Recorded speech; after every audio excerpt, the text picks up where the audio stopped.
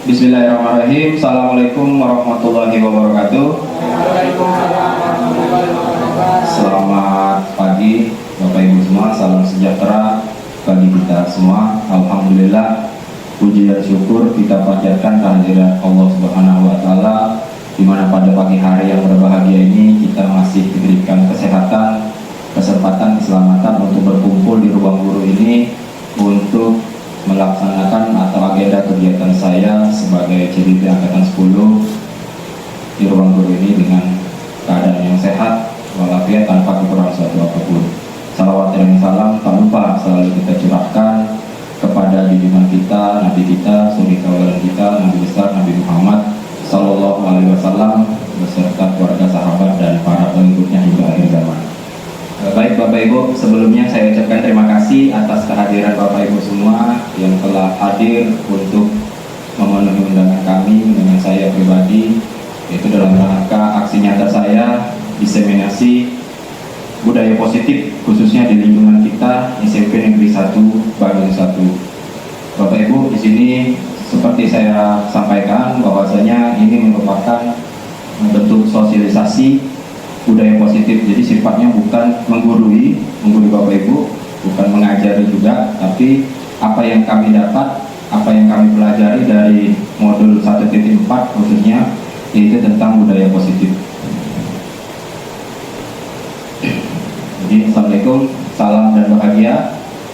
Nah, saya sengaja buat seperti ini karena di depan itu ada slogan 5S Bapak Ibu, senyum, sapa, sapa. Salam, sopan, dan santun. Sudahkah kita senyum hari ini? Ya Bapak Ede senyum. Bu Mis senyum, Bu Mis. Ibu Rapela. Makasih atas senyumnya hari ini. Semoga kita selalu menebarkan aura-aura positif kita di hari ini. Baik Bapak Ibu, ada banyak hal yang akan saya sampaikan atau yang saya sosialisasikan pada materi ini, yaitu materi budaya positif. Yang pertama, disiplin positif dan nilai-nilai kebajikan universal. Yang kedua, teori motivasi, hukuman dan penghargaan, restitusi. Kemudian yang ketiga, keyakinan kelas. Yang keempat, kebutuhan dasar manusia. Yang kelima, 5 posisi kontrol. Ini guru Bapak Ibu. Kemudian yang terakhir adalah segitiga restitusi. Oke, untuk materi yang pertama yaitu disiplin positif dan nilai kebajikan universal. Oke, perubahan paradigma kegiatan kepala tangan. Ada A dan B, Anda dan teman Anda sobeklah secari kertas, tuliskan benda atau sesuatu yang sangat berharga untuk Anda, letakkan di salah satu tangan Anda dan genggam benda atau sesuatu tersebut dengan segala daya. Buatlah kepala, ya. Kemudian ini yang A ya. Kemudian teman Anda akan mencoba sekuat tenaga dengan berbagai cara untuk meminta Anda memberikan benda tersebut. B bisa membujuk, mengancam, menghardik, merayu, menyuap apa saja agar kita dapat membuka kepala tangan kita. Nah, sekarang mari kita coba Bapak Ibu, biasa saja, siapa saja terserah. Misal kita kepalakan tangan, ya dengan Pak, ada Pak, kita angkat saja. Kira-kira apa yang misalnya Pak Afrandi dan Pak Edi lakukan untuk membuka kepala tangan Pak Edi? Bisa atau tidak memaksa, ya? Atau menghardik? Nah, ini mengancam. Nah, ada beberapa bentuk ya maksudnya ada beberapa bentuk dari kasar sampai ke lembut. Kalau kasar mengancam, ya, mengancam, menghardik. Mengancam, menghardik itu jangan. Awas, kalau tidak membuka, awas, itu ancam ya. Kemudian kalau menghardik, mengancam itu ya. Kalau membujuk, ayolah Pak Edi, ya nanti saya ada uang 10.000 misalnya, ya menyuap, ya membujuk juga, lebih membujuk, ayolah Pak nanti pulang sekolah ini saya berikan bensin, misalnya membujuk, atau saya kasih jatah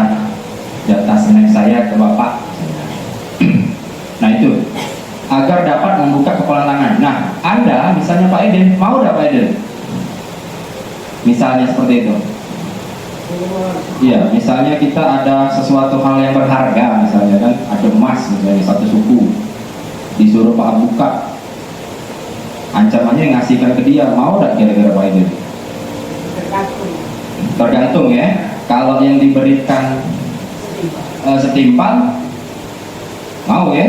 Nah, berarti itu tandanya apa, Bapak Ibu? Iya.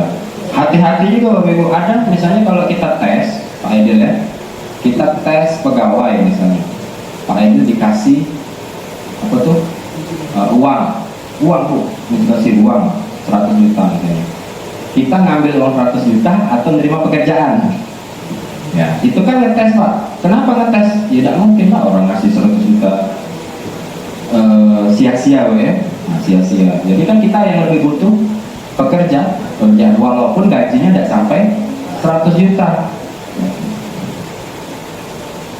Nah itu sedikit paradigma. Jadi paradigma perubahan teori kontrol atau teori pilihan atau ilusi kontrol. Yang pertama, ilusi guru mengontrol murid. Paham nggak sampai di sini? Jadi kita baca dulu. Ilusi bahwa kritik dan membuat orang merasa bersalah dapat menguatkan karakter. Ilusi bahwa semua penguatan positif, efektif dan bermanfaat. Nah yang paling terakhir adalah ini. Ilusi bahwa orang dewasa memiliki hak untuk memaksa. Nah ini ilusi kontrol. Ilusi itu artinya halu ya. Harapan kita dengan anak. Apakah kita bisa mengontrol murid? Iya, sesaat. Ya, sesaat. Tapi setelah itu dia berubah lagi. Ilusi bahwa kritik membuat orang merasa bersalah. Ya. Kemudian ilusi bahwa penguatan positif efektif dan bermanfaat. Nah, inilah perubahan paradigma. Kemudian dijadikan dalam satu tabel Bapak Ibu.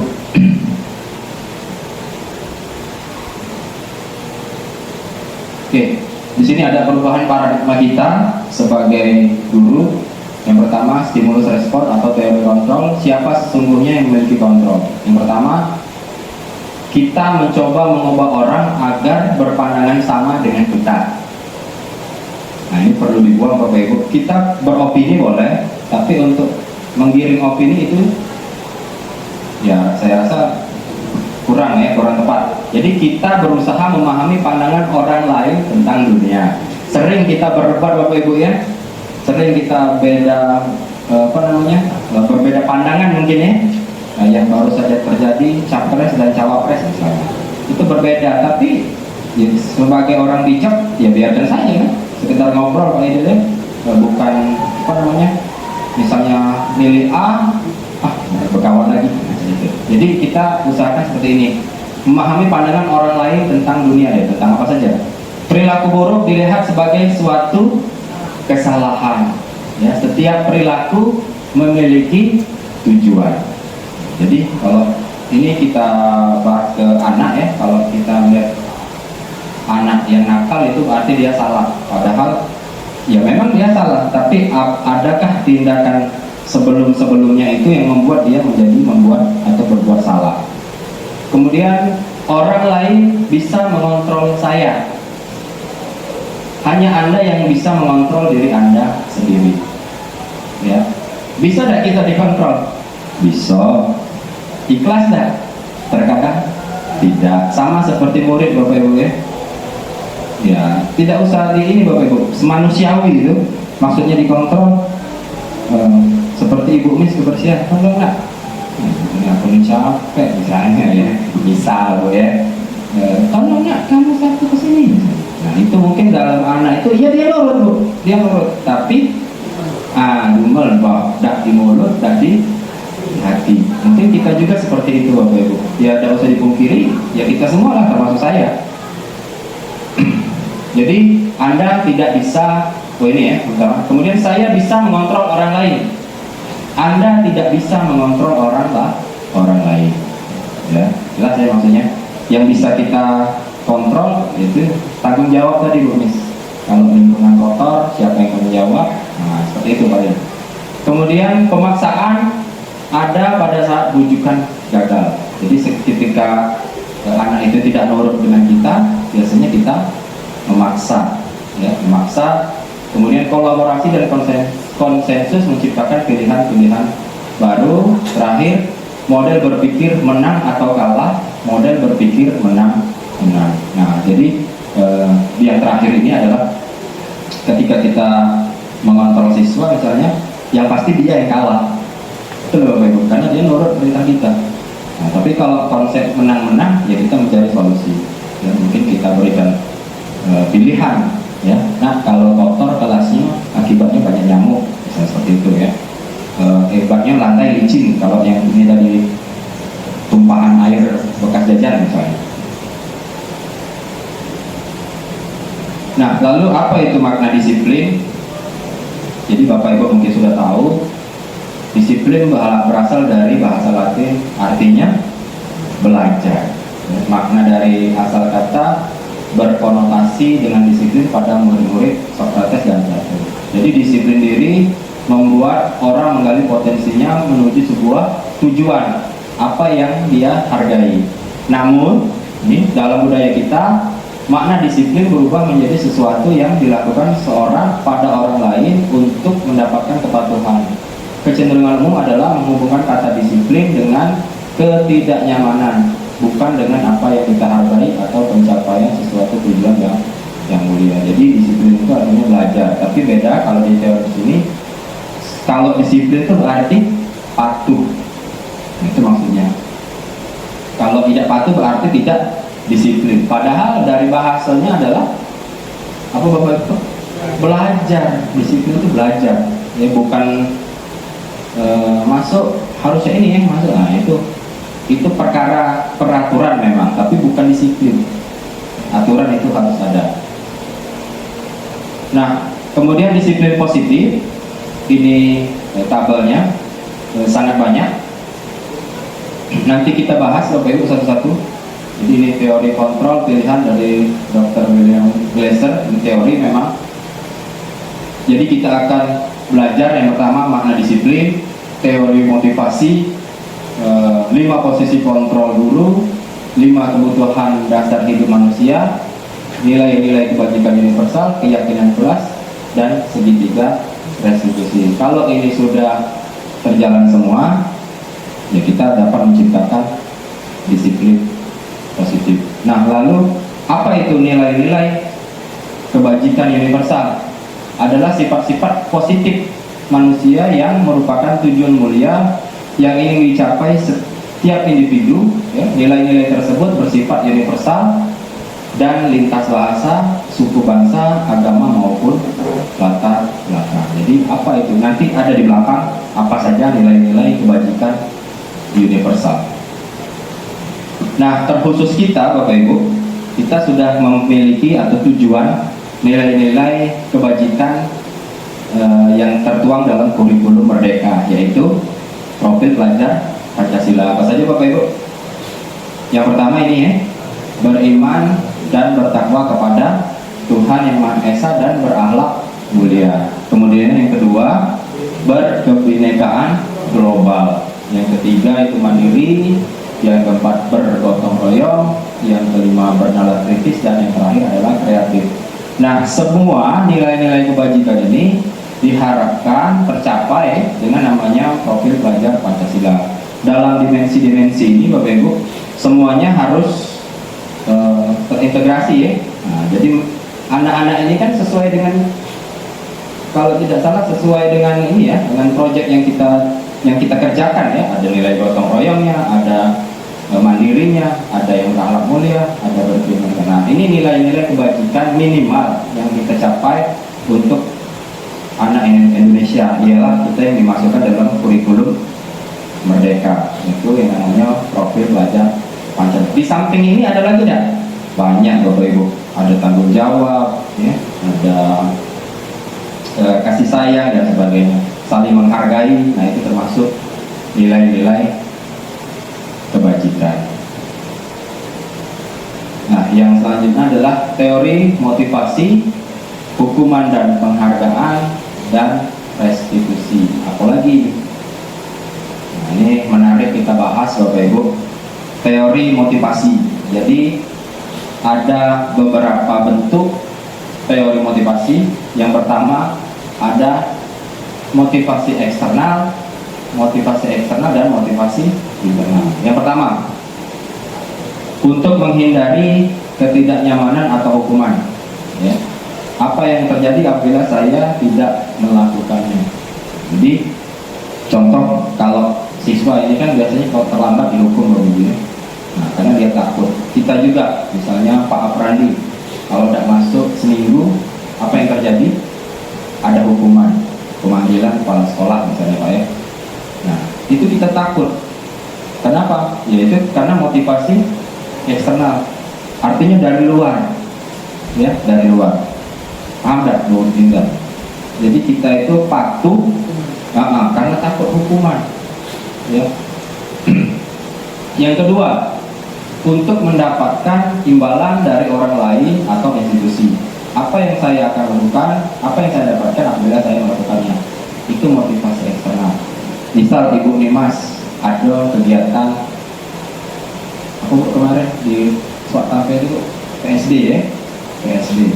Ke Swatape, aku galak melok, misalnya. Tapi itu karena kaget dapat transport dari Bu Anera, dari kepala sekolah, atau Bu Miss, aku galak Pak ke Air Kumbang, kaget dapat transport misalnya. Nah itu eksternal Bu namanya, masih motivasi eksternal. Atau dari Pak Happy misalnya, dapat 2 juta ke Air Kumbang misalnya. Iya, kebesaran kita Bu Miss balik. Wah, iya.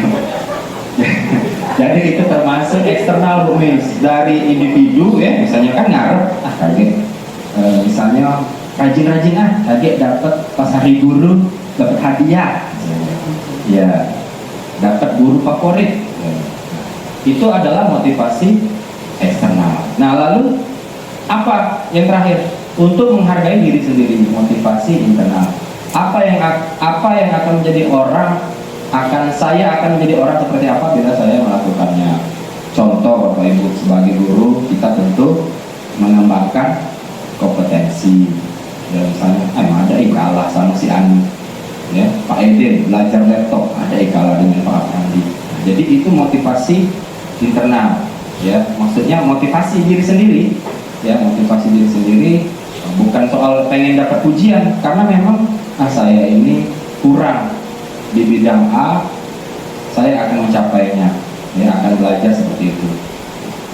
Jadi ada stimulus untuk menghargai diri sendiri. Paham tak Bapak Ibu? Jadi misalnya contoh, kalau aku bisa, misalnya saya bisa mengoperasikan komputer, ada nggak orang yang ngasih hadiah ke saya? Tidak ada Bapak Ibu, ya. Kalau saya bisa melakukan sesuatu yang berbeda dari biasanya, ada nggak orang yang apalah misalnya? Kalau saya bisa nyanyi lah kasarnya, Bu Desta ya.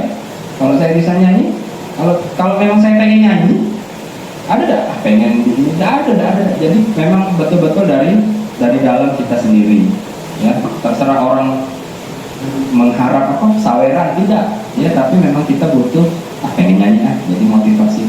Suara saya jelek, misalnya kursus vokal misalnya. Atau kalau kita kan banyak Bapak Ibu ya pelatihan baik daring ataupun luring. Nah, apakah kita pengen misalnya tentang PMM? Nah, itu kan ada memang eksternalnya, tapi ada juga internal.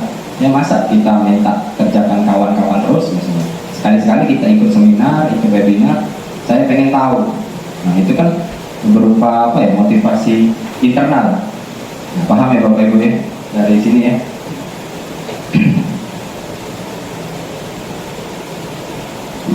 Merdeka menurut Ki Hajar Dewantara, itu merdeka artinya tidak hanya terlepas dari perintah, akan tetapi juga cakap buat memerintah diri sendiri. Banyak istilah sekarang mager Bapak Ibu untuk anak-anak kita ya, malas bergerak. Ya. Contoh rumah kita sendiri, di rumah kotor. Kalau tidak ada ini memerintah diri sendiri, apa jadi rumahnya itu? Kotor ya Bu Miss? Rumah kita banyak apa namanya kita lewati, tapi tidak kita sapu. Ada tidak yang nyuruh kita di rumah? Tidak ada, tidak ada. Ya, tidak ada yang nyuruh kita membersihkan rumah. Tapi apa artinya? Untuk memerintah diri sendiri. Oh, rumah bapak sapu, debu, ya bisa menimbulkan penyakit. Kalau dia basah bisa terpeleset. Nah, maksudnya seperti itu. Jadi, padahal kita capek misalnya kan. Nah, tapi kita berusaha untuk memerintah diri kita sendiri. Nah, itu ya betul Bu Miss. Ya, jadi rumput-rumput di halaman panjang misalnya. Apakah kita biarkan? Nah, setidaknya kalau kita tidak bisa merumput, kita panggil orang tukang rumput. Jadi memerintah diri kita, menciptakan solusi kita sendiri. Bisa nggak kita ngerumput rumah? Berat caranya. Lebih baik kita panggil tukang rumput misalnya. Jadi kata Ki Hajar Dewantara bahwasanya merdeka itu tidak hanya terlepas dari perintah, akan tapi juga cakap membuat memerintah diri sendiri. Itu ya Bapak Ibu. Sepakat Bapak Ibu ya? Kalau sepakat kita lanjutkan. Ini yang menarik, dihukum oleh penghargaan. Jadi dari gambarnya ibu guru ini bingung. Kok penghargaan dihukum? Salah apa? Mari kita simak Bapak Ibu. Ini ada contoh bahwasanya penghargaan itu ini ya, baca di judul bahwasanya dihukum oleh penghargaan sesuai dengan judul. Yang pertama, penghargaan tidak efektif, ya, pengaruh jangka pendek dan jangka panjang. Penghargaan merusak hubungan, penghargaan mematikan kreativitas. Kok bisa seperti itu ya? Mungkin Bapak Ibu bertanya, Ibu Dimas ya mungkin sering memberikan penghargaan kepada murid misalnya. Baik, kita bahas yang pertama. Silakan dibaca dulu Bapak Ibu. Yang pertama, saya bacakan. Penghargaan tidak efektif. Orang yang berusaha berhenti merokok atau orang yang berusaha diet menguruskan badan, bila diberikan penghargaan hampir pasti tidak berhasil. Betul lah Bapak Ibu? Rasanya paham ya? Kalau sudah merokok susah untuk berhenti ya. Pak, saya kasih uang berapa Pak? 5.000 jika berhenti merokok. Iya punya dulu. Apa seminggu ya? Apakah efektif? Rasanya tidak Bapak Ibu. Rasanya tidak ya. Rasanya tidak. Mungkin ada yang efektif, tapi rasanya tidak. Kenapa? Karena merokok itu dari dalam. Kalau memang niat pengen berhenti ya berhenti. Kalau terus tidak ada yang larang. Ya tidak ada yang larang. Tidak ada yang larang. Atasan tidak larang asal sesuai tempat. Ya merokok di luar. Ya itu maksudnya. Diet juga sama. Ya kalau orang sudah makannya banyak, suruh diet. Kalau kata jokes bapak-bapak tuh Pak ini anak kecil-kecil dari bayi dikasih makan terus sampai besar tidak kalau makan, malah diet tuh. Nah itu kan aneh ya maksudnya. Maksudnya seperti itu. Apalagi untuk yang biasa hobinya ngemil ya, hobinya makan, jadi hampir pasti tidak. Jadi tidak efektif ya. Kemudian ini pernah juga Bapak Ibu masalah diet. Mungkin Bapak Ibu pernah nonton Deddy Corbuzier memberi tangan kanan ke Ivan Gunawan ya Bu ya, mungkin ada pernah dengar dikasih uang berapa ratus juta ya Bu? 500 juta Bu ya. Nah, apakah Ivan Gunawan sekarang sudah langsing? Masih kayak itulah kan. Nah, jadi betul ya seperti ini ya, tidak efektif. Kemudian yang kedua, ini kita buktikan pengaruh jangka pendek dan jangka panjang. Penghargaan efektif jika kita menginginkan seseorang melakukan sesuatu yang kita inginkan dalam jangka waktu pendek. Jika kita menggunakan penghargaan lagi dan lagi ya, maka penghargaan orang tersebut akan bergantung pada penghargaan yang diberikan serta kehilangan motivasi dari dalam. Kita kasih permen, kita contoh anak TK gitu. Ini nak, kalau yang bisa jawab kasih permen. Jawab ya Bu ya. Besok lagi kita kasih permen. Besoknya tidak kita kasih apa-apa. Mau dah anak itu? Mau dah? Tidak mau Bapak Ibu. Satu. Kedua, kita bangkrut. Beli permen terus. Benar tak? kita beli permen terus di sini. Kenapa jangka pendek dan jangka panjang? Jangka pendek berhasil, jangka panjang tidak berhasil. Satu, sebagai guru kalau kita ngasih hadiah terus, ya habis duit itu, gaji cuma berapa kan gitu. Nah, karena kehilangan motivasi dari dalam. Jadi anak itu enggak males kasih hadiah. Gitu. Nah itu maksudnya Bapak Ibu ya, pengaruh jangka pendek dan jangka panjang. Lanjut, penghargaan merusak hubungan. Ketika seorang diberi penghargaan atau dipuji di depan orang banyak, maka orang lain akan merasa iri dan sebagian dari mereka tidak akan menyukai orang yang diberikan penghargaan tersebut. Benar tidak ini Bapak Ibu? Benar. Benar, jangan rajin ya sama Bu Linda. Masuk 7:30, datang jam 5:30.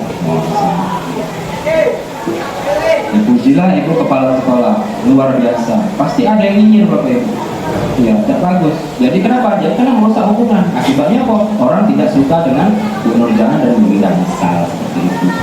Ya, Bu Desta misalnya yang datang jam 7:30 lewat 1 menit, misalnya akan apa ya? Akan tidak terima dengan ini kan? Ya. Atau Pak Aprandi ya dulu ya, yang aku Pak selisih 5 menit cuma. Ngapa udah dipuji? Kan jadi itu. Ya, jadi merusak hubungan. Ya. Kalau mau memberikan, nanti ada di belakang, nanti ada. Kemudian yang kita baca dulu, penghargaan mematikan kreativitas. Penelitian menunjukkan bahwa pekerjaan seni atau sebuah penulisan cerita menjadi kurang kreatif bila dijadikan sebuah hadiah atau penghargaan.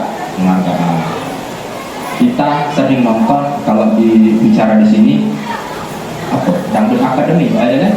Karena ada hadiah, ada. Ya, selain dapat hadiah, disorot kamera. Coba kalau kita di antar kampung, mau ada orang itu ikut? Tidak mau, Bapak Ibu. Yakin lah. Si siapa Bu? Lesti ya. Nah, Lesti, Rara ya. Itulah yang aku tahu. Apakah dia mau kita ajakkan di sekolah? Coba Lesti nyanyi. Apa ya? Aku nak ngobrol nasib. Yang menjadi apa ya? Sukses gitu kan. Nah, jadi mematikan kreativitas. Ya. Ini maksudnya. Nah, lalu seperti apa bentuk penghargaan kita? Program kebajikan dapat diberikan berupa apresiasi, beri pengakuan secara khusus. Ya, tidak perlu orang lain tahu. Saya suka apa yang sudah Ibu Linda lakukan, pertahankan Bu. Sudah selesai. Pak Aprandi, jaga loyalitas kamu, tingkatkan kinerjamu. Selesai. Tidak perlu tahu Pak Edin. Ya, atau ke anak-anak juga. Bagusnya kamu sudah berusaha, walaupun hasilnya salah, tapi tetap kita kasih pengakuan secara khusus. Kemudian beri pengakuan secara pribadi sama, beri pengakuan kepada semua murid bergantian. Apa maksudnya Bapak Ibu? Ya, gantian. Keliling kita. Bagusnya tulisan kau, walaupun tulisannya jelek. Ya, diteruskan. Ya, saya sudah mencontohkan Bu, si Reza itu. Reza itu saya tidak pernah lagi marah. Ya, praktek dia kan. Nah, kerja kelas, bagus, terus kelas. Lihat kawan ada apa kok? Yang penting dia nggak itu, ya kita apa ya manusiawi itu lah ya, support manusiawi. Secara bergantian semua murid. Jadi biar tidak dipilih kasih Bapak Ibu, semuanya kita kasih, semuanya dapat apresiasi dari kita. Dan secara konsisten. Kemudian yang paling penting ini, konsistennya terus-menerus ya. Jadi jangan besok kita males ngasih. Pokoknya ketika kita masuk lingkungan sekolah, itu tadi. Ya Pak, aku nih rayaku seru Pak, tapi berusaha senyum. Walaupun dipaksa, ya. Jadi harus itu, kan harus. Kemudian yang terakhir, fokus pada ini yang penting. Fokus pada proses, hargai Bapak Ibu. Dia ngerjakan itu hargai. Ya, jadi jangan mentang-mentang pekerjaannya salah, tapi lihatlah usaha dia. Ya. Nah, bentuknya seperti apa? Nah ini, kemarin saya perhatikan rasa. Nah ini ada pembuka, ada nilai kebajikan, ada situasi apa. Ya, pembukanya kemarin saya perhatikan rasa empatimu besar sekali pada saat menolong murid baru di kelas kita. Jadi ini orang Bapak Ibu. Kemudian saya menghargai kepedulianmu pada saat kamu membantu teman-temanmu di tugas kelompok. Terakhir, terima kasih untuk tanggung jawabmu pada saat kamu memungut kertas-kertas berada di mata. Ini bisa kita berikan di kelas Bapak Ibu dengan kita sesuaikan. Kalau kita memang bisa bahasa Palembang, bahasa Palembang, kalau kita bahasa Indonesia kita seperti ini. Nah, nilai kebajikan ini apa saja? Banyak. Nah, ini ada proyek-proyek nilai kebajikan. Ini nanti Bapak Ibu googling sendiri saja karena terlalu panjang kalau menjelaskan.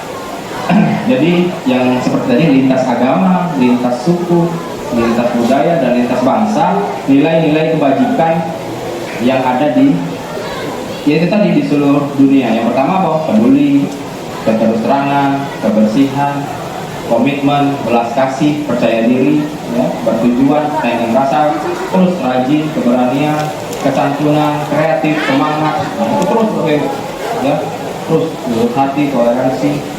Nah, ini bisa kita praktekkan pada saat menyusun kalimat ini, ya. Misalnya, terima kasih nak, rasa tanggung jawabmu kepada kelas ini menjadi lebih bersih. Kemudian, terima kasih atas kedermawanan kamu membantu teman yang kebakaran, namanya kalau di sini kebakaran. Terima kasih nak ya, kemarin sudah rajin bergotong royong pada saat pembersihan lingkungan sekolah. Nah, ini kita susunkan saja Bapak Ibu sesuai dengan nilai-nilai kebajikan yang sudah ada di sini. Oke, selanjutnya hukuman atau konsekuensi. Nah, ini perbedaan, apa sih perbedaan hukuman dan konsekuensi? Hukuman, sesuatu yang menyakitkan harus terjadi. Konsekuensi, sesuatu harus terjadi. Membuat anak sakit fisik maupun hati untuk jangka waktu yang lama. Membuat anak merasa tidak nyaman dalam jangka waktu pendek. Ini yang kita alami Bapak Ibu ya. Sampai saya pun kita alami. Nah, ini kita alami. Apa maksudnya ini tadi? Kalau kita dihukum pasti kita ingat kan? Aku dulu pernah dihukum bapak itu. Ya. Kemudian anak membenci kedisiplinan. Ya, akibat hukuman, yaitu anak sangat benci dengan disiplin. Ya. Kenapa dia patuh? Karena ada hukuman.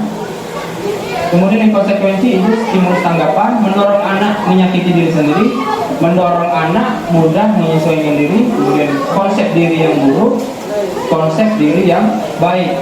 Anak belajar untuk menyembunyikan kesalahan, anak belajar untuk mematuhi peraturan. Kemudian hukuman, marah, merasa bersalah, dipermalukan, merasa tidak dihargai.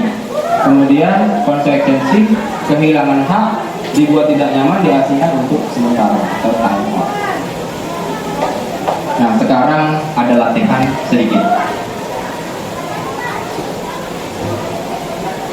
Ini ada tindakan, apakah itu, silakan dibaca dulu Bapak Ibu, apakah itu hukuman atau konsekuensi. Mencatat 100 kali di dalam buku kalimat, saya tidak akan terlambat lagi karena terlambat ke sekolah. Apa ini? Hukuman. Pakat ya? Hukuman. Ya benar, hukuman. Kemudian lari mengelilingi lapangan basket 2 kali karena terlambat hadir di sekolah. Apa? Benar Bapak Ibu ya? Pintar sudah. Sering hukum ya. Kemudian menggantikan kertas teman yang telah, oh ini maaf, sorry. Murid diminta untuk push up 15 kali karena tidak menggunakan masker di sekolah. Oh, ayo buat. Cuma 2 pilihan, hukuman atau konsekuensi. Tetap hukuman Bapak Ibu. Nanti kita bahas. Tetap hukuman. Mengganti kertas tugas teman yang telah coret-coret, itu konsekuensi. Pintar. Ini membersihkan tumpahan air di meja, konsekuensi. Pintar. Murid disuruh untuk tidak menggunakan sepatu seharian di sekolah karena tidak mengenakan sepatu hitam. Ayo, apa hukumnya? Sering kita lakukannya. Hukuman, betul. Hukuman Bapak Ibu. Itu menghukum. Karena tidak ada hubungan dia dan pakai sepatu itu, kita suruh dia buka. Terakhir, ini banyak salah pasti. Lalu mengelilingi lapangan basket 2 kali karena terlambat 10 menit untuk pelajaran diciptakan. Apa? Konsekuensi. Yang lain? Sepakat? Sepakat Bapak Ibu. Jadi kita analisa dari jawaban ini, kalau hukuman itu tidak ada korelasi dengan kesalahan Bapak Ibu. Kalau konsekuensi ada korelasinya dengan kesalahan. Lalu ngapa Pak yang terakhir konsekuensi? Ya ini pelajaran PJO nggak ada jadi masalah. Selain untuk menyehatkan ya, memang kita konsekuensi dia terlambat. Jadi dia biar dia sehat. Ya, tapi juga karena, nah itu maksudnya. Jadi harus ada mulai sekarang Bapak Ibu, jangan menghukum, diusahakan ya. Tapi sekali lagi ini hanya sosialisasi, hanya diseminasi. Nah selanjutnya apa itu restitusi? Jadi restitusi adalah menciptakan kondisi bagi murid untuk memperbaiki kesalahan mereka sehingga mereka bisa kembali pada kelompok mereka dengan karakter yang lebih kuat. Restitusi juga merupakan proses kolaborasi yang mengajarkan murid untuk mencari solusi untuk masalah mereka dan membantu murid berpikir tentang orang seperti apa yang mereka ingin menjadi atau tujuan mulia dan bagaimana mereka harus memperlakukan orang lain. Itu restitusi. Ya. Jadi proses menciptakan kondisi bagi murid memperbaiki kesalahan mereka. Ya. Jadi kita tidak menghukum, tapi kita merestitusi. Nah ini bentuk-bentuk identitas gagal dan identitas sukses. 1. Hukuman. Sesuatu yang menyakitkan harus terjadi. Konsekuensi sesuatu harus terjadi. Restitusi merupakan pilihan. Jadi pilihan Bapak Ibu, restitusi itu tidak nyaman dalam bentuk jangka waktu panjang. Mungkin Pak Ede pernah ingat dihukum oleh gurunya. Ingat Pak Ede? Ingat tak sampai sekarang? Ingat. Itu salah satu kegagalan ya. Maksud saya juga tidak nyaman untuk murid anak untuk jangka waktu pendek, menguatkan murid anak dalam jangka waktu panjang. Ya, dia belajar di sini. Korban mendapatkan keadilan, korban bisa diabaikan, korban mendapatkan ganti. Nanti kita bahas ini. Murid akan tersakiti, murid atau anak dibuat tidak nyaman, murid atau anak mendapatkan penguatan. Jadi walaupun dia salah, ya dia tetap harus kuat, harus bisa memperbaiki kesalahan. Ya, harus bisa bertanggung jawab dan sebagainya. Sistem tidak akan berjalan jika murid tidak takut, memerlukan monitoring dan supervisi terus-menerus dari guru. Murid belajar bertanggung jawab untuk perilakunya. Kemudian berlaku pada sebuah institusi, tidak berlanjut pada kehidupannya nyata. Kita hukum mati-matian di sekolah Bapak Ibu. Di sekolah, di rumah, ngulang lagi tidak deh? Ngulang lagi. Seperti itu maksudnya. Di mana lagi di tempat lain, ngulang lagi. Membantu penerapan mengikuti peraturan dalam masyarakat, fokus pada pemecahan masalah dalam jangka waktu yang panjang. Peraturannya adalah kamu harus, ya, kalau konsekuensi apa peraturannya, mampukah kamu melakukannya, dan terima kasih. Kemudian kalau restitusi, apa yang kamu yakini, apa yang bisa kamu lakukan untuk memperbaiki masalah ini. Ya, jadi dia disuruh buat keputusan sendiri ya. Kalau itu masalah. Murid atau anak membenci peraturan, murid atau anak menghormati peraturan, murid dan atau anak menghormati dirinya dan orang lain. Jadi dengan adanya dia hormat, dia akan disiplin dengan sendirinya. Keyakinan kelas. Mengapa tidak peraturan saja? Mengapa harus keyakinan kelas? Nah mungkin ini ya, kita baca dulu ya. Mengapa kita memiliki peraturan yang harus menggunakan helm bila mengendarai kendaraan roda 2? Kita baca dulu. Mengapa kita memiliki peraturan 3M? Menggunakan masker, mencuci tangan, dan menjaga jarak. Mengapa kita memiliki peraturan harus datang tepat waktu pada saat mengikuti pelatihan? Saya tanya Bapak Ibu yang pertama. Ini Apakah kita pakai helm takut polisi? Sudah bagus, betul ya? Nah itu tanamkan Bapak Ibu ke anak-anak kita ya. Apakah kita takut kena etilang? Tidak. Kenapa? Berarti Bapak Ibu sudah ada motivasi intrinsik tadi ya, internal. Ngapo? Apa Bu Linda pakai helm? Kenapa? Iya, gimana? Oh, saya tanya lagi. Emang kalau pakai helm tombol mobil tidak mati ya, Bang? Mati.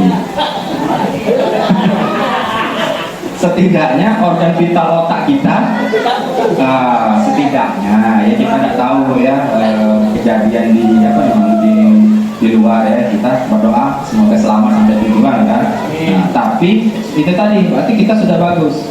Misal Pak Afrandi dari Kenten ke sini tidak pakai helm. Apakah dia pakai helm karena takut polisi Pak Afrandi? Tidak. Satu karena keselamatan, kedua karena panas dan hujan, Bapak Ibu. Kalau panas hujan, nah itu perlu ditumbuhkan motivasi internal tadi. Yang kedua, mengapa kita memiliki peraturan ini pada waktu COVID mungkin ya, menggunakan masker, mencuci tangan, menjaga jarak? Kenapa? Apakah kita kemarin ada satgas Bapak Ibu? Satgas apa tuh? COVID-19. Ada polisi, ada tentara, ada apa lagi tuh? Kesehatan. Pak, pakai masker Pak.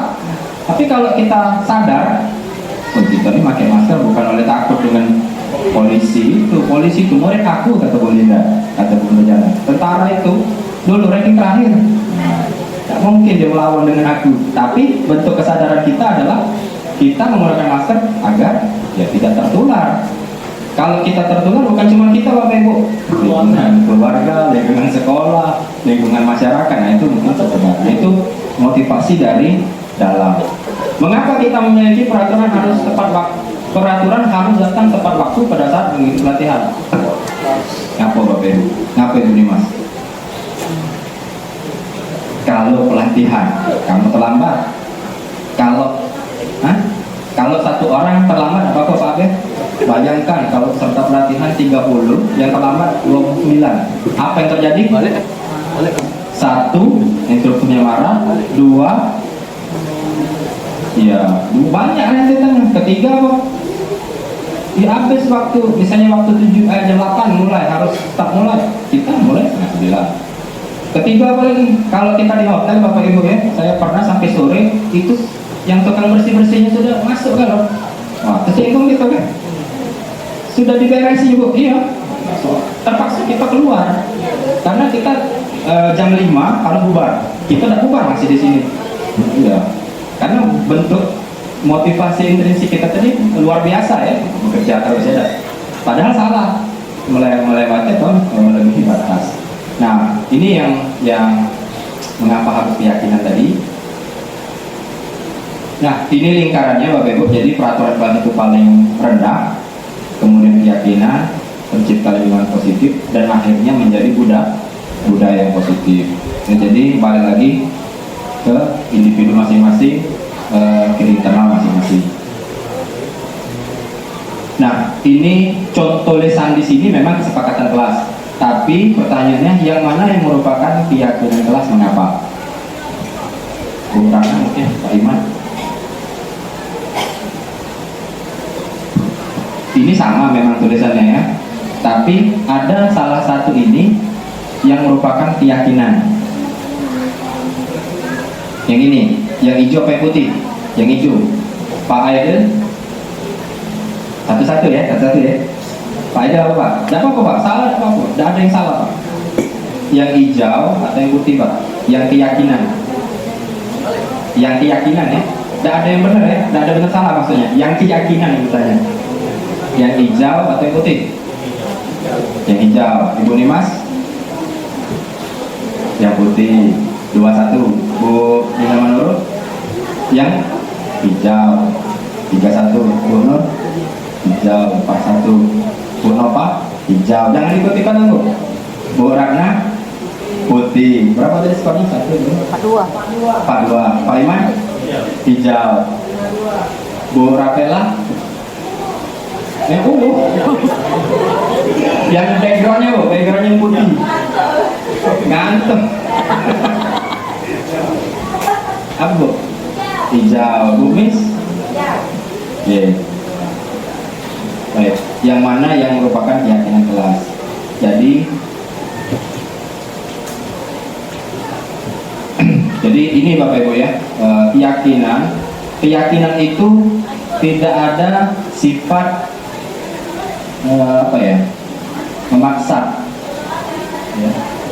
Ini ada maksud aktif dalam pelajaran, berdoa sebelum, peraturan ini masih keteraturan, diatur. Kalau ini ada peraturannya, tidak ada. Kami saling. Jadi yang keyakinan adalah yang ini Bapak Ibu ya, yang putih, yang keyakinan apa? Kami guru dan murid saling menyayangi. Ada aturan di situ? Tidak ada. Kami murid semangat belajar. Ada aturannya? Tidak ada. Kalau ini datang tepat waktu, datang tepat waktu ini dalam hal mungkin masuk sekolah ya, jam 7.30. Kemudian kami murid yang peduli dengan teman-teman. Ini jadi yang keyakinan Bapak Ibu itu yang putih. Jadi yang putih ini tidak ada aturan di sini. Kalau ini kesepakatan, kalau ini keyakinan. Ya. Ibu Linda dengan keyakinan sendiri kepada Tuhan, kita juga keyakinan sendiri kepada Tuhan. Ada yang ngatur? Tidak ada. Ya, tapi kita sudah yakin. Nah itu ya. Paham nggak sampai di sini Bapak Ibu? Tercerahkan ya dikit ya. Kalau tercerahkan ini ada latihan lagi Bapak Ibu. Peraturannya selalu kembalikan buku ke tempatnya. Apa yang kita yakin ini? Sifat apa ini? Sifat apa ini? Kalau kita cocokkan dengan nilai kebajikan tadi, tanggung jawab. Bingung nih masih ya? Ini peraturannya kayak ini keyakinan beliau ini, peraturan ini wujud apa gitu? Wujudnya apa? Wujudnya dilarang mengganggu orang lain. Arti menghormati. Ya, kalau dilarang itu kan apa? Aktivitasnya ya. Kalau ini kan benar nggak? Kalau mana ya? Sudah sadar diri ya, hormati. Nah, kemudian hadir di sekolah 15 menit sebelum pembelajaran dimulai. Ya, menghormati orang lain dan berkomit. Nah, kemudian dilarang melakukan kekerasan, keselamatan dan menghormati orang lain. Ya, kekerasan itu kayak misalnya kita di siswa pukul ya, nyubit ya. Kemudian dilarang menggunakan narkoba. Itu adalah kesehatan. Kemudian bergantian atau menunggu giliran, menghormati orang lain dan bersabar. Ya, banyak ini ya. Iya, benar. Kesehatan, keselamatan, benar Bu. Jangan berlari di kelas atau koridor. Itu kesehatan dan keselamatan. Nah, disuruh ibu ini stretching dulu. Kita stretching dulu Bapak ya. Tangan saya juga pegel. Bagi dulu Bapak Ibu. Ini tahu belum Dimas? Tepuk semangat baru? Belum. Saya baru dapat juga. Jadi ini Bapak Ibu ya. Kalau kelihatan semangat kan?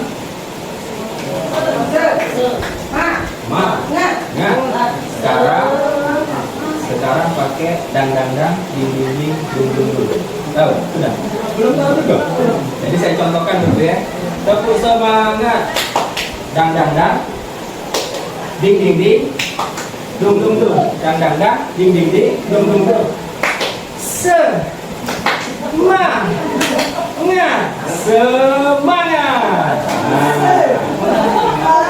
Siapa ini? Salah apa? Ya. Dang. Kalau ini. Kalau pelan-pelan ini. Dung. Ding. Semangat.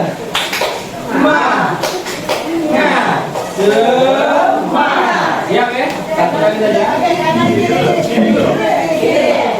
Satu kali saja. Kita lagi mencapai. Ya, ke kiri ya. Oh iya. Oke. Siap ya? Tepuk semangat. dang dang dang, ding ding ding, dung dung dung, dang dang dang, ding ding ding, dung dung dung. Semangat, semangat. Terima kasih, tepuk tangan untuk kita semua Bapak Ibu. Terima kasih sekali atensinya. Ya, sudah seger Bapak Ibu ya. Tinggal sedikit lagi materinya. Ya. Nah, sekarang ini yang menarik Bapak Ibu. Ya, lagi Bu. Nanti Ibu terapkan Bu ya, karena Ibu Lida semester depan kelas 7 Bu. Harus banyak-banyak referensi SPP. Iya kan jenuh ya, apalagi ngelihat di guru terus. Ya. Bapak Ibu, kita sepakat bahwasanya kebutuhan dasar manusia itu ada ini: bertahan hidup, kasih sayang dan rasa diterima, kesenangan, kebebasan dan penguasaan. Ya, bertahan hidup ya pastilah ya kita bagaimana bisa bertahan hidup, kasih sayang dan rasa diterima, kesenangan, kebebasan dan penguasaan. Nah, langsung saja Bapak Ibu, biar tidak bingung. Ya, sebutkan kebutuhan apa yang sedang berusaha dipenuhi oleh orang ini. Ibu guru tidak menyapaku hari ini, padahal aku pakai jepit rambut baru. Jadi dia butuh cinta dan kasih sayang, maksudnya butuh perhatian Bapak Ibu ya.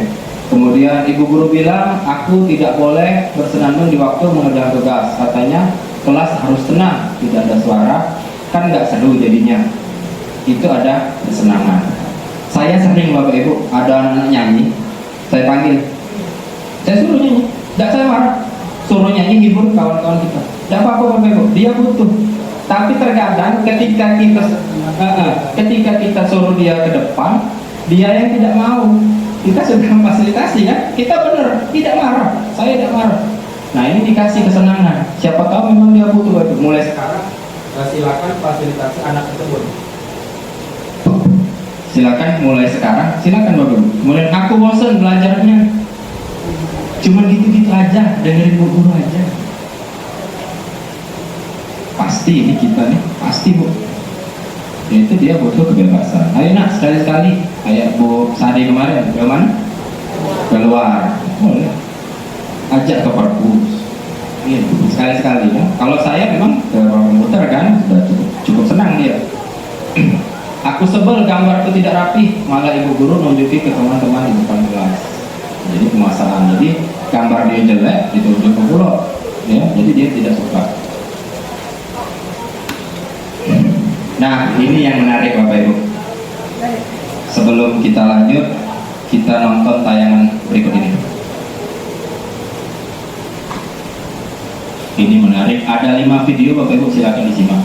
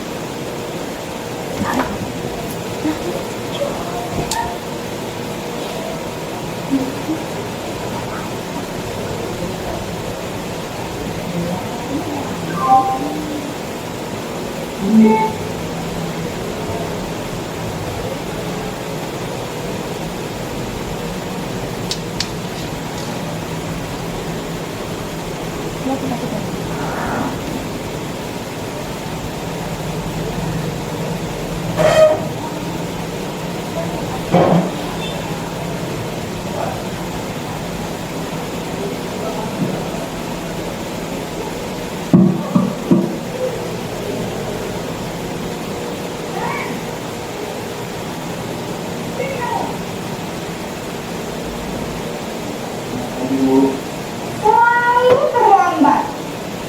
Kamu deh, pasti terlambat. Maaf Bu, saya Apa?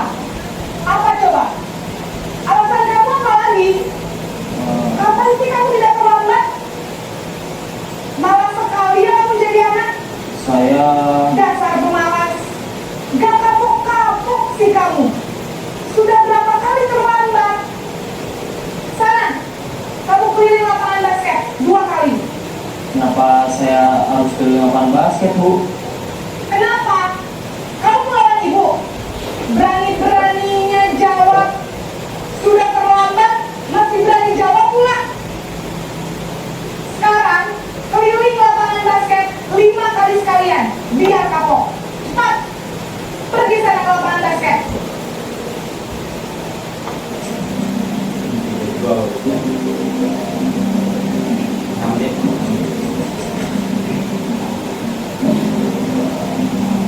Naren!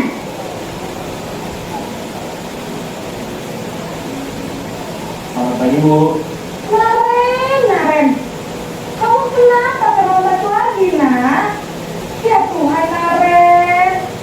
Kamu senang ya bikin ibu susah ya? Kalau kamu terlambat lagi, nanti ibu yang ditegur bapak kepala sekolah, nak. Disangka ibu tidak bisa membina kamu. Duh, gimana ini? Maaf, Bu. Duh, Gusti Naren.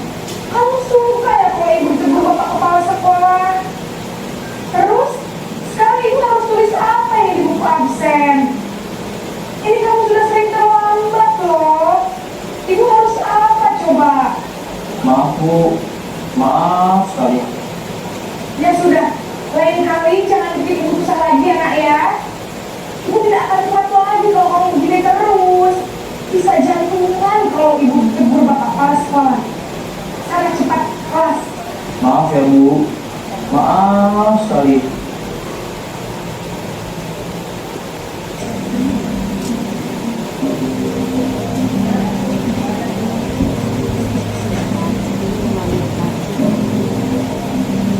Naren!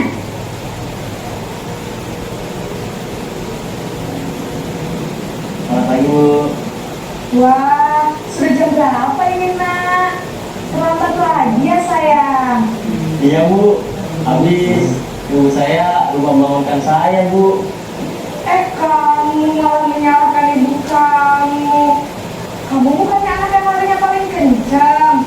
Kok terlambat sih? Iya, Bu. Saya memang terlambat bangun tadi. Jadi biarpun saya lari kencang, tetap gak kekejar, Bu. Ya sudah sana. Nanti lain kali larinya lebih kencang lagi ya. Biar gak terlambat lagi. Bikin seneng ibu. Demi ibu. Bisa kan? Bisa, Bu. Ya sudah sana masuk kelas. Ibu beresin urusan absen kamu. Kamu ini ada-ada saja. Ya.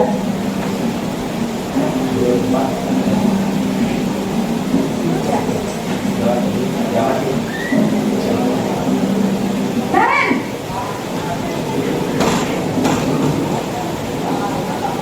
Selamat pagi, Bu.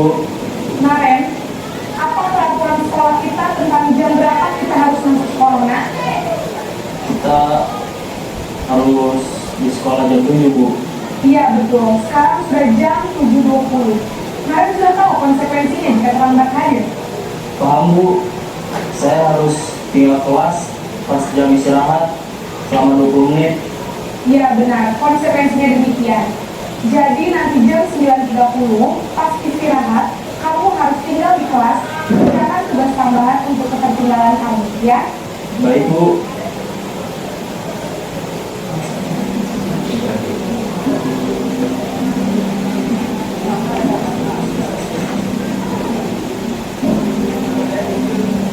Naren!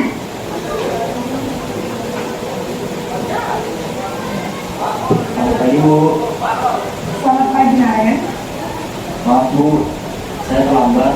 Iya, sekolah masuknya jam 7, sekarang sudah jam 7.20. Jadi sekarang bagaimana ini, Naren? Maaf, Bu. Saya lupa setel alarm saya semalam. Baiklah, menurut kamu, keyakinan sekolah yang mana yang perlu kamu tingkatkan? Menghargai diri sendiri dan orang lain mungkin ya, Bu. Setuju. Jadi, apakah Naren meyakini prinsip saling menghormati tersebut? Iya, Bu. Saya meyakininya. Apakah Naren bersedia memperbaiki masalah keterlambatan ini? Bersedia, Bu. Bagaimana kamu akan perbaiki masalah keterlambatan ini? saya akan coba untuk tidak lupa menyetel alarm saya, Bu.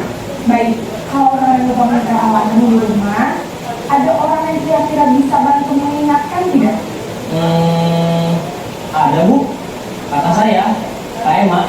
Ada lagi selain Kak Emma? Selain Kak Emma, ada ibu saya.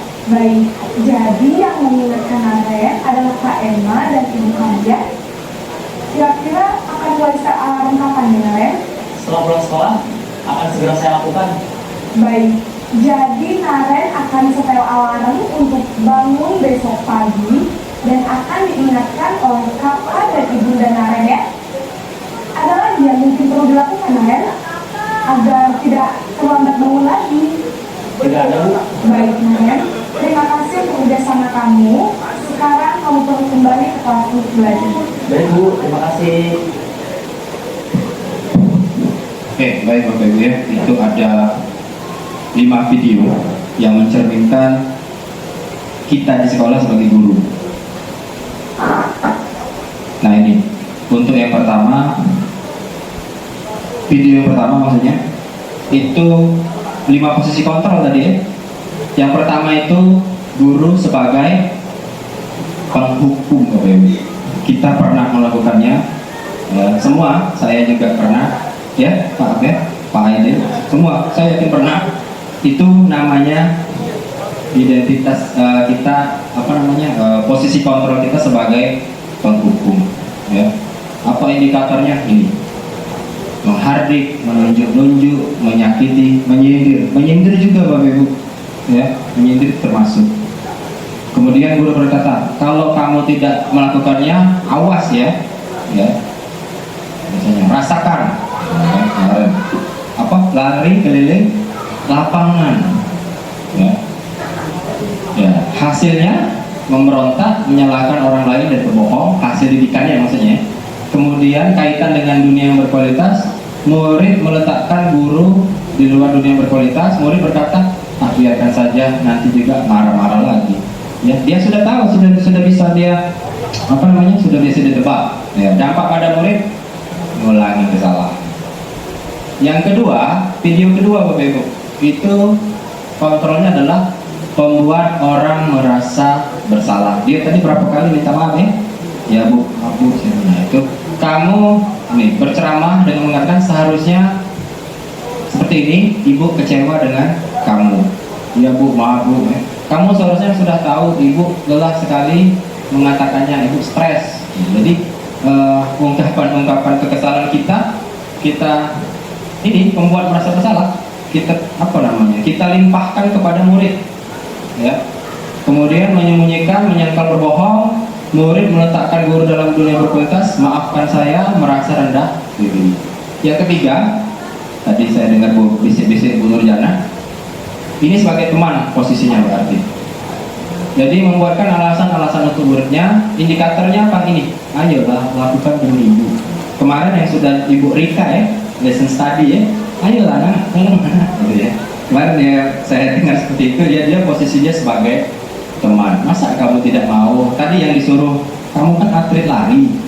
Nah, jadi ibaratnya seperti CS lah, seperti soulmate ya, semangat. Nah, kemudian hasilnya itu tidak bagus juga, karena murid akan ya cukup banyak lah Pak ya, kalau kita menganggap murid teman, kadang ya kurang ajar ya. Karena Bapak itu ngomong, guru kita pun ada seperti itu yang saya disebutkan. Jadi dia tidak menganggap kita. Yang kedua, pengaruhnya ketergantungan. Ya, murid meletakkan guru sebagai orang yang sangat penting di dunia berkualitas. Saya pikir Bapak Ibu guru teman saya. Ini kita bukan teman dia Bapak Ibu. Tidak, kita bukan beda. Kita sudah sebagai guru, dia murid. Seperti itu. Lemah, tidak mandiri dan bergantung. Nah, jadi kepada murid dia bergantung dengan kita, karena kita dianggapnya teman kan. Bapak itu kawan aku juga, santai lah. Nah seperti itu. Kemudian yang keempat, video yang keempat itu pemantau, sebagai pemantau. Jadi menghitung dan mengukur apa peraturannya. Dia bilang tadi kan apa konsekuensinya. Nah ya kan, kalau terlambat menyesuaikan diri bila diawasi. Murid meletakkan guru, peraturan dan hukum di dunia berkualitas. berapa banyak bintang yang harus saya peroleh, berapa halaman yang harus saya tulis, misalnya murid berkata ya, menitik beratkan pada sanksi atau hadiah untuk dirinya. Nah, yang terakhir adalah manajer. Jadi mengajukan pertanyaan-pertanyaan apa yang kita yakini. Kalau kita yakini ya, kita yakinin tadi apa? Oh, kita saling menghargai. Maksudnya menghargai apa? Menghargai waktu, menguatkan pribadi, murid meletakkan dirinya sebagai individu yang positif dalam dunia berkualitas. Kemudian murid berkata bagaimana caranya bisa memperbaiki keadaan, mengevaluasi diri, dan bagaimana cara memperbaiki diri. Jadi solusinya yang terakhir ini kita hanya meyakini, memancing dia Bapak Ibu untuk memecahkan solusi dia sendiri. Contoh tadi, kalau tidak bangun pagi, aku masang alarm. Masang alarm itu apa jaminannya? Ada kakaknya tadi ya, kemudian ada ibunya. Kemudian kapan kamu mulainya? Mulai balik ini lah Bu, mulai pulang. Nah itu kita hendaknya sebagai, nah ini manajer. Jadi 5 posisi kontrol Bapak Ibu, ini sekedar sosialisasi, sekedar pengetahuan saja. Posisi yang paling bawah dulu penghukum, pembuat merasa bersalah, teman, pemantau, dan manajer. Nah kalau di pendidikan kami Bapak Ibu, di pendidikan saya, makanya saya kemarin ada kejadian Bu ya, yang masalah tentang saya tidak bareng lagi menghukum Bu. Saya sudah ini paling kita harus diwajibkan di posisi manajer. Jadi kita tidak lagi marah-marah. Jadi biarkan mereka menemukan solusinya sendiri. Turun dikit boleh tak? Boleh, pemantau. Turun lagi boleh tak? Teman. Tapi jangan jauh-jauh. Setidaknya yang ini jangan lagi kita makan. Ya. Itu kalau saya pribadi. Makanya saya kemarin karena buru-buru sehingga tidak bisa menyelesaikan masalah. Sebenarnya bisa saya selesaikan juga itu. Nah, jadi dia tidak merasa bersalah walaupun dia berbuat salah. Tapi kita selesaikan. Banyak pertanyaan-pertanyaan di sini. Kalau diskusi memang alot. Tapi kita ini sekedar pengenalan saja. Nanti kita diskusi di lain kesempatan. Kita jawab pertanyaan-pertanyaan berikut. Ini posisi kontrol guru. Ini pertanyaan-pertanyaannya. Saya kecewa sekali dengan kamu. Siapa yang mengatakan? Pembuat merasa bersalah. Ya, saya kecewa dengan kamu. Kamu tidak pernah benar melakukannya. Wah, ini anak ini berarti tidak pernah salah ya. Tidak pernah betul. Ayolah teman, kalau ada kata-kata ayolah nak, ayolah kerjakan. Apakah kamu mau mendapatkan stiker? Itu pemantau, ya, ada peraturannya, dikasih tahu, nggak ada. Nah, gitu kan. Bagaimanakah kamu menyelesaikan masalah ini? Manajer. Ya, jadi kita tuh sebagai manajer balik lagi masalah itu ke dia sendiri Bapak Ibu. Kamu selalu paling terakhir. Bang Kuku. Kamu paling terakhir lewat. Bosen. Oke, yang terakhir yaitu segitiga restitusi. Apa itu segitiga restitusi? Yang pertama ada yang namanya menstabilkan identitas, ada validasi kesalahan, kemudian menanyakan keyakinan seperti yang terjadi di dirinya. Jadi dia sudah sadar, kayak kemarin kan anak itu nunduk-nunduk sebenarnya. Dia sadar dia salah. Jangan kita tambahin lagi. Itu maksudnya. Apa indikatornya?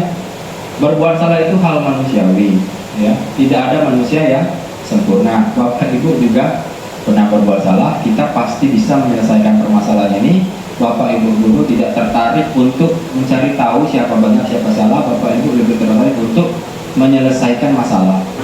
Kalau kamu menyalahkan diri sendiri terus-menerus, apakah kamu bersikap baik pada dirimu sendiri? Nah ini contoh kata-kata menstabilkan identitas, bahwasanya memang berbuat salah itu memang salah, tapi kita juga Bapak Ibu waktu sekolah dulu pernah berbuat salah ya. Kita refleksi kita sendiri lah. Kemudian yang kedua, tahap yang kedua, validasi kebutuhan. Jadi membantu murid mengenali basic atau kebutuhan dasar yang ingin dipenuhinya ketika melakukan kesalahan. Nah, indikatornya ini bisa dibaca Bapak Ibu. Kamu bisa saja melakukan hal yang buruk, tapi kamu tidak bisa membuka. Kamu boleh tetap berusaha menjaga sikap itu, tapi tambahkan sikap yang lain. Jadi ini validasi kebutuhan. Yang terakhir adalah menanyakan keyakinan. Nah, makanya kita targetnya memang harus di setiap kelas itu berlima saya ada keyakinan kelas. Ya, jadi kita buat keyakinan kelas, bukan kesepakatan lagi. Kalau kesepakatannya ada, tapi keyakinan ada. Keyakinan tidak perlu banyak, ya seperti kalimat-kalimat tadi cukup sebuah kalimat secara abstrak ya katanya, yang enggak ada lah, saling nyayangi. Kan enggak ada kan saling nyayangi, kasih bunga ada. Tapi paling tidak menyakiti orang itu sudah saling menyayangi. Apa nilai yang kita yakini di kelas, nilai-nilai universal apa yang telah kita sepakati, kamu ingin jadi anak seperti apa yang kamu rasakan ketika kamu melakukan itu, kamu menjadi orang yang seperti apa. Jadi ini kalimat-kalimat yang kita berikan ketika menanyakan keyakinan. Baik Bapak Ibu, di penghujung ini mari kita berefleksi, tidak usah ditulis, ini pertanyaan untuk diri kita sendiri, apakah kita sudah merubah paradigma yang saya dapatkan, perasaan apa yang muncul setelah mengikuti sesi ini, khususnya mengenai disiplin positif dan motivasi intrinsik. Nah itu sudah itu peran Amung seperti apa yang saya telah lakukan selama mengikuti kegiatan ini, kemudian saya akan menjadi guru yang seperti apa setelah mengikuti kegiatan ini. Itu simpan pertanyaannya, jawab di dalam hati saja untuk refleksi kita. Mungkin sekian dari saya Bapak Ibu. Mohon maaf apabila ada kekurangan dalam penyampaian, ada kalimat-kalimat yang membuat Bapak Ibu bingung. Saya juga masih proses belajar. Di sini saya hanya menyampaikan, menyebarluaskan apa yang sudah saya pahami. Demikian dari saya. Billahi taufiq wal hidayah. Assalamualaikum warahmatullahi wabarakatuh. Jam